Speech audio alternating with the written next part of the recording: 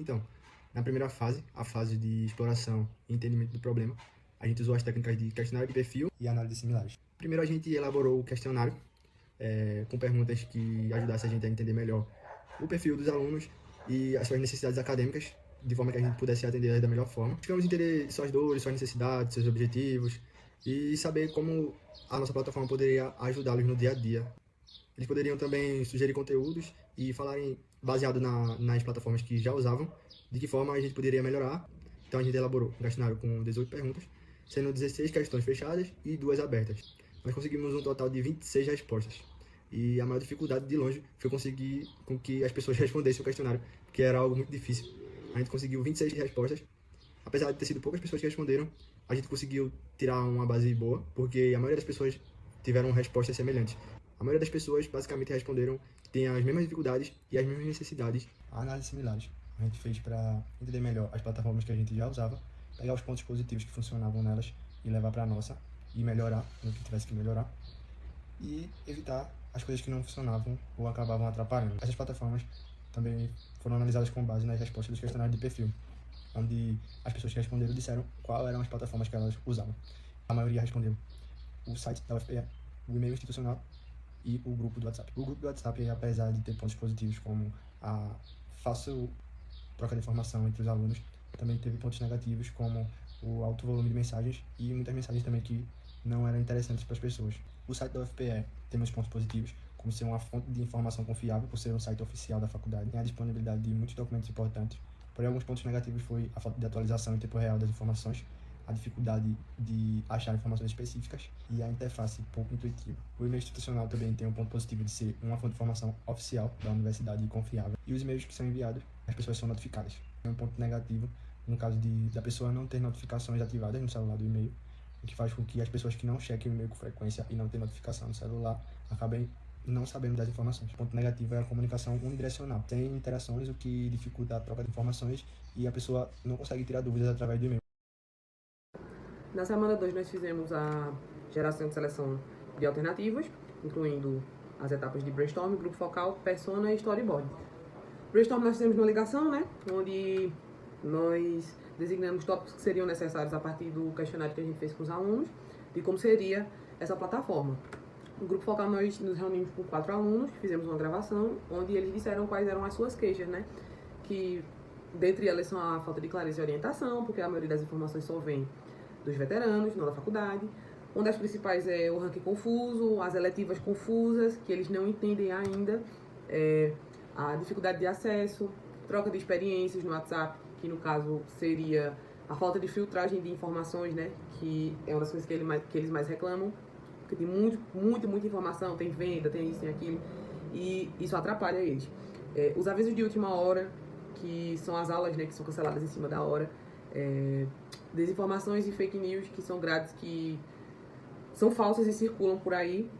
E também eles sugeriram que o pessoal, por exemplo, do DA, preparasse eles para o ranking de uma forma positiva, que falasse para eles que era bom priorizar disciplinas concorridas e tudo mais, que isso ajudaria bastante os alunos de primeiro período. Depois nós temos a persona, né, que foi nós criamos uma menina de 19 anos, que está cursando design, que tem necessidades, dores e frustrações. E também tem objetivos. Fizemos o storyboard dela, inserida dentro da universidade, passando por dificuldades, recebendo informações de veteranos e tudo mais, e ainda cheia de dúvidas. Também fizemos o storyboard de como seria a interface, né? O próprio aplicativo, com login, senha, tópicos, né, sobre o curso, grade, eventos, dúvidas, vagas, notícias e por aí vai, junto com o chat, né, que todas essas ideias que tem no aplicativo foi o que nós idealizamos no brainstorm, lá atrás na chamada. E a partir dessas ideias, desses tópicos que nós fizemos, como foi mostrado nas apresentações anteriores, nós montamos esse storyboard da própria interface. E na semana 2 foi isso. Então, a nossa terceira semana foi a fase de teste refino. A gente aplicou avaliações heurísticas, primeiramente, para idealizar como seria a nossa plataforma com base nelas. Depois a gente fez a prototipagem rápida com essas avaliações, criou algumas telas. Aí a observação do usuário, ele testando nessa prototipagem rápida e a gente tendo o feedback dele. E depois teve a avaliação heurística de novo, com base no que o usuário acabou presenciando com a prototipagem rápida.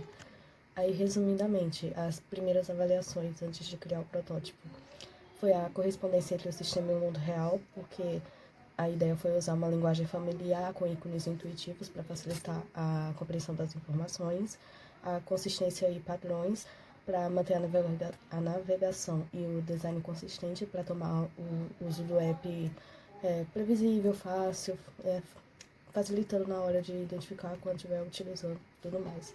E o design estético e minimalista para eliminar informações relevantes e criar uma interface simples e mais objetiva. Aí com isso a gente fez a prototipagem rápida, que naquela semana eram umas 7 telas mais ou menos, que aí com essa prototipagem rápida a gente fez a observação do usuário com os mesmos integrantes do grupo focal.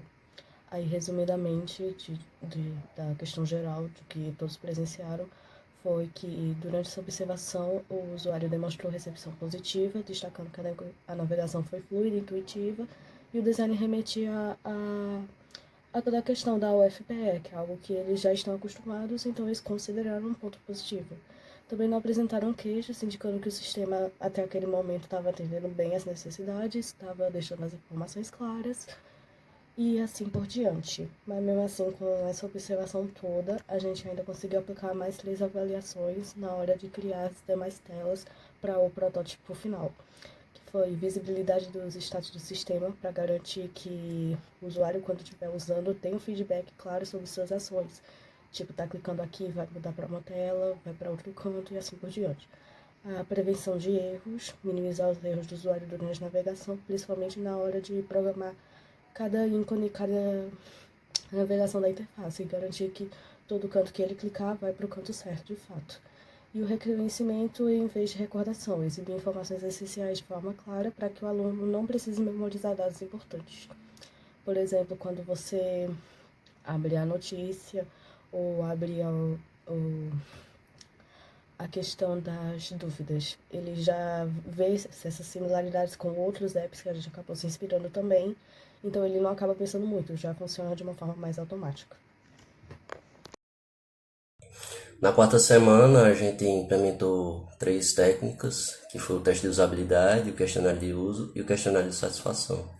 Então, no teste de usabilidade, a gente compartilhou o link do protótipo, né, para que os alunos eles possam apontar os pontos fortes e os pontos fracos, para que a gente possa melhorar o aplicativo. Juntamente, a gente compartilhou o questionário de uso, que foi criado pelo Google Forms. Então a gente elaborou 12 perguntas, sendo 5 abertas para que eles possam nos dizer o que possamos melhorar, né, no aplicativo. E também um questionário de satisfação, que a gente elaborou também perguntas quanto ao nível de satisfação do usuário enquanto ao protótipo que a gente fez.